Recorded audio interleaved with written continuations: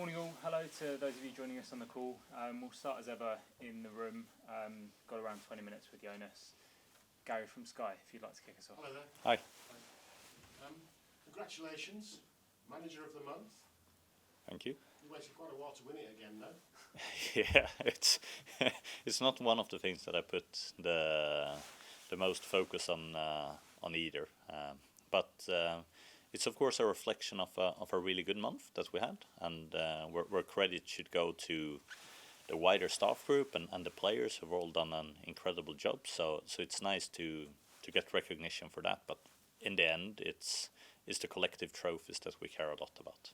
Yeah, it's something that's obviously a bit like water off a duck's back for you, but the players, do they congratulate you? Are they happier about it?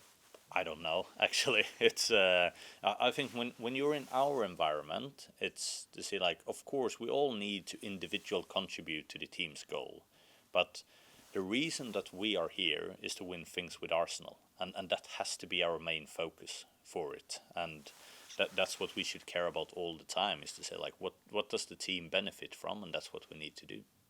Emma Hayes will have revenge on her mind then, because you beat her to the trophy? I don't think she cares a dime about that. I think she's the same as me and only care about the team and the team's results.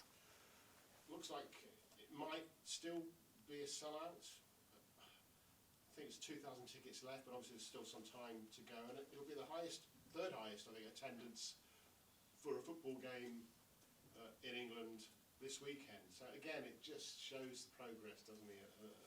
And I think we have to push and make it a sellout. I mean, the atmosphere that has been created by supporter groups, like we have the Red and White, Arsenal Women's Supporter Clubs, that's what drives us to going to this stage here. And we're 2,000-ish tickets short of this being a sellout. Let's push. You don't want to miss this game.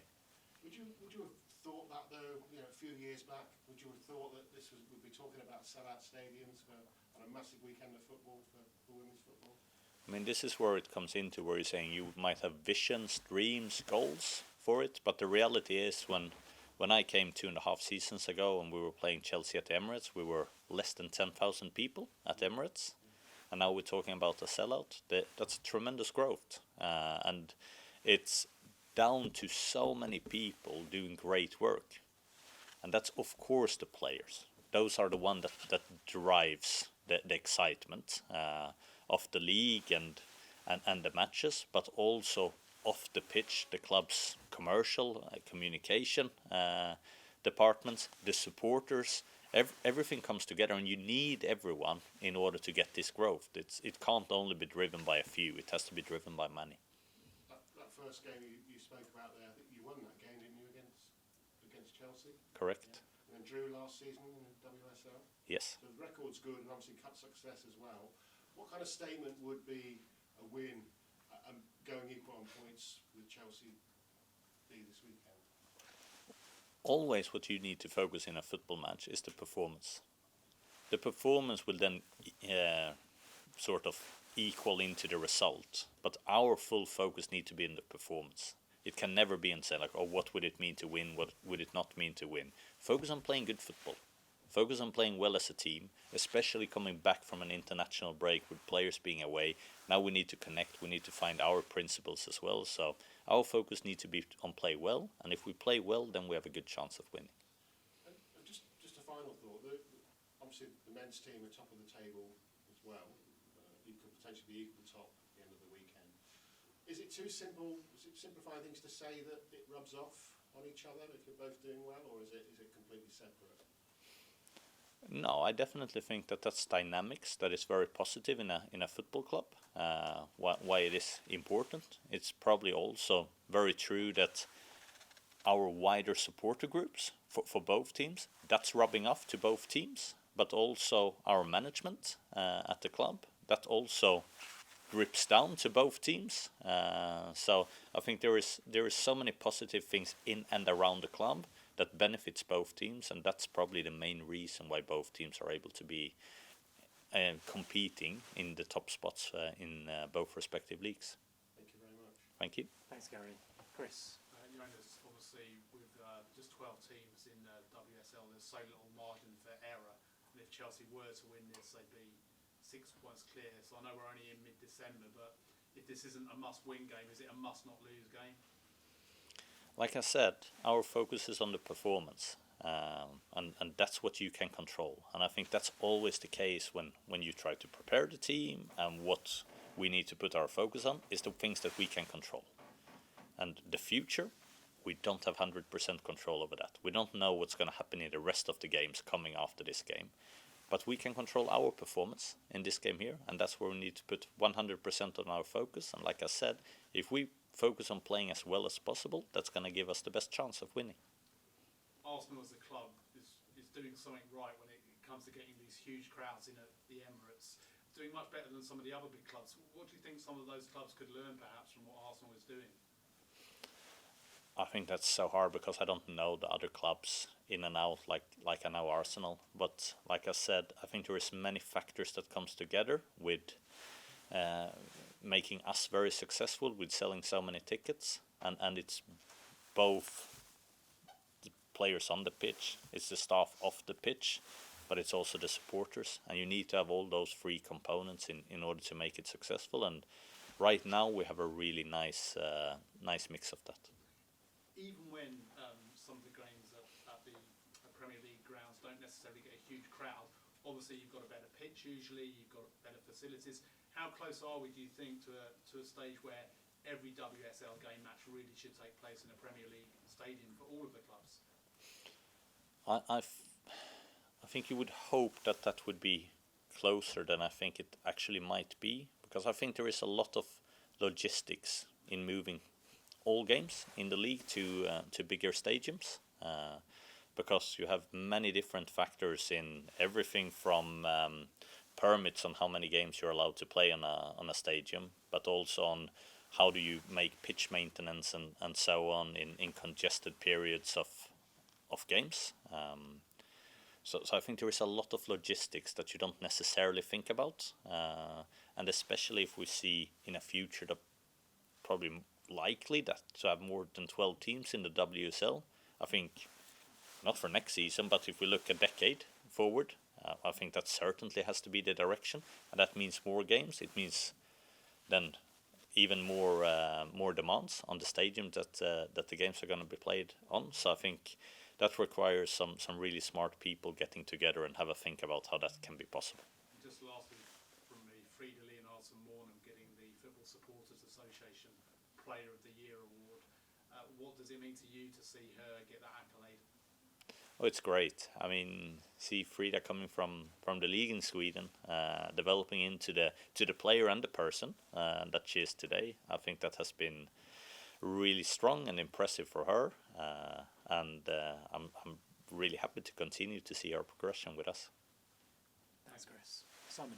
Jonas, I know you and the club and the players have spoken about playing every WSL game at the Emirates, but do you have a sort of a date or year in mind when you think that might be a reality?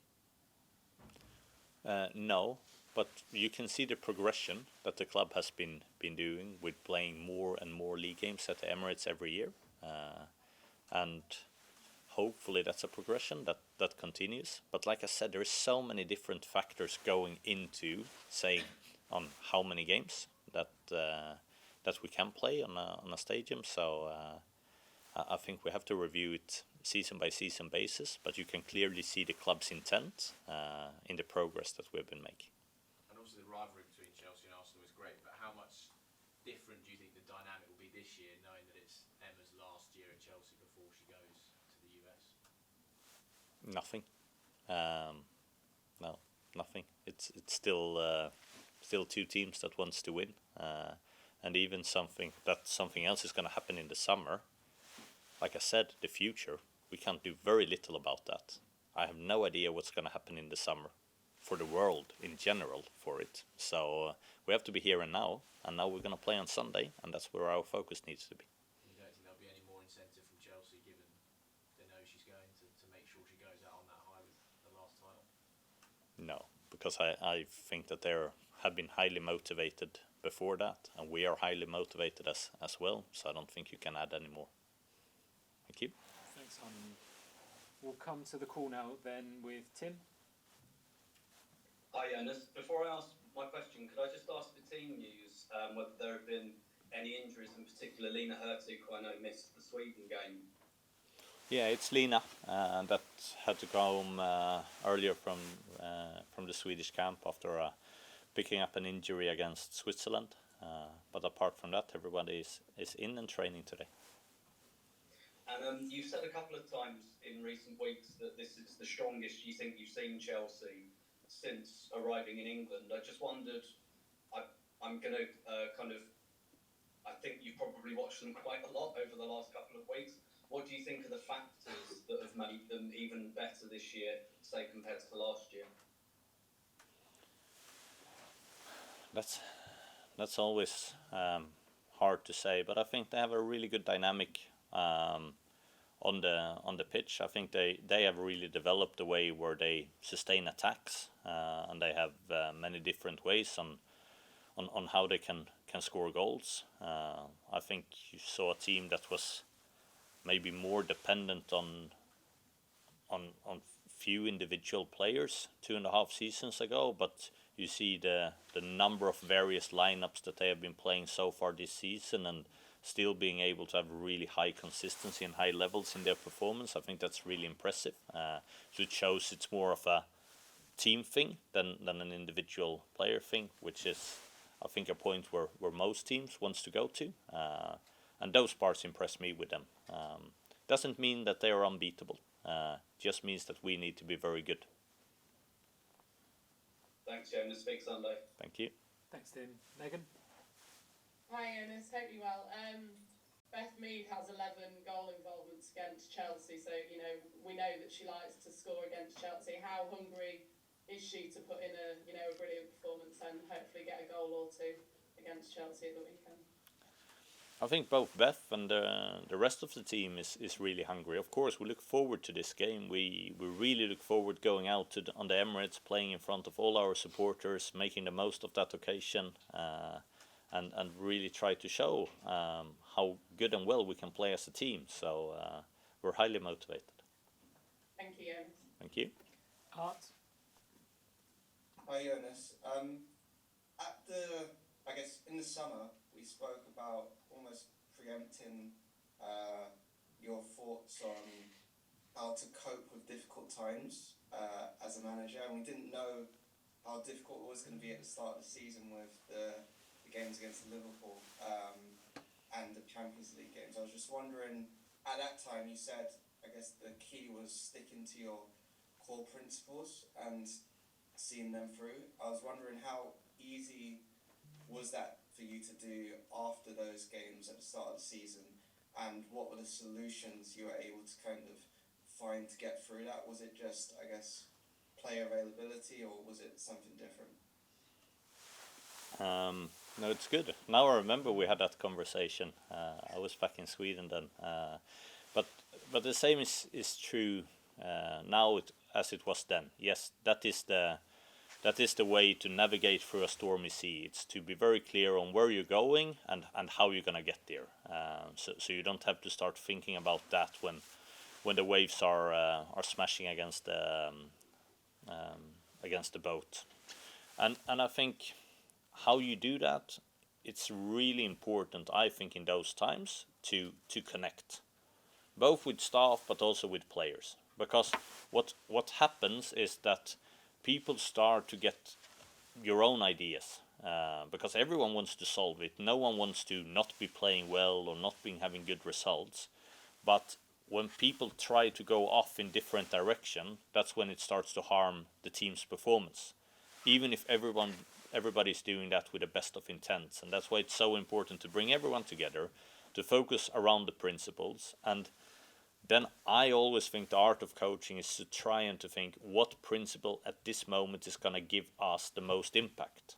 Because as a coach, you need to choose that, because that's how you get trust from the group, to say that if you're able to pick that, now next time you pick something, the likelihood is that they think, oh, this is going to benefit the team as well. So I think that's always the art of coaching, to see what principles we're going to focus most on. But the process is definitely the one there, I believe. Do you remember which one you kind of picked, or don't say? And I can be open with that. We have 4 core principles in that, which we always look at. When we have the ball, we look at our positioning.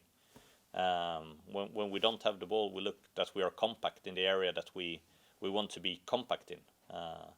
And when we lose the ball, we try to make the pitch small. When we win the ball, we try to make the pitch big.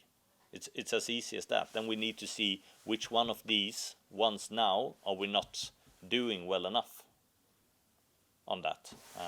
I think we had a fair bit to do with our positioning, but also compactness.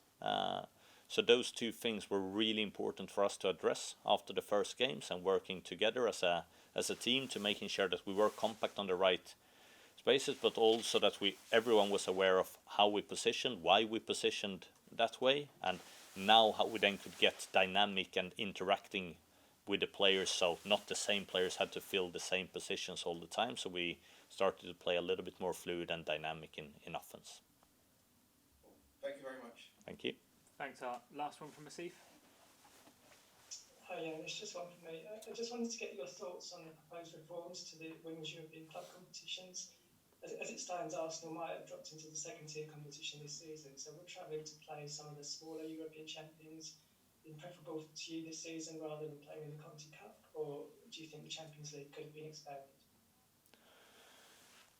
My honest answer is I have spent 0 seconds looking into that, because it's something that's going to be going from 25-26. The decision is already taken, and I've spent my focus on preparing for Chelsea and spending time with my family. And then at a later stage, when I have some more times to that, I'm going to read up on how the competition format is going to be 25-26. But that's important, but not urgent. So I haven't given that any consideration.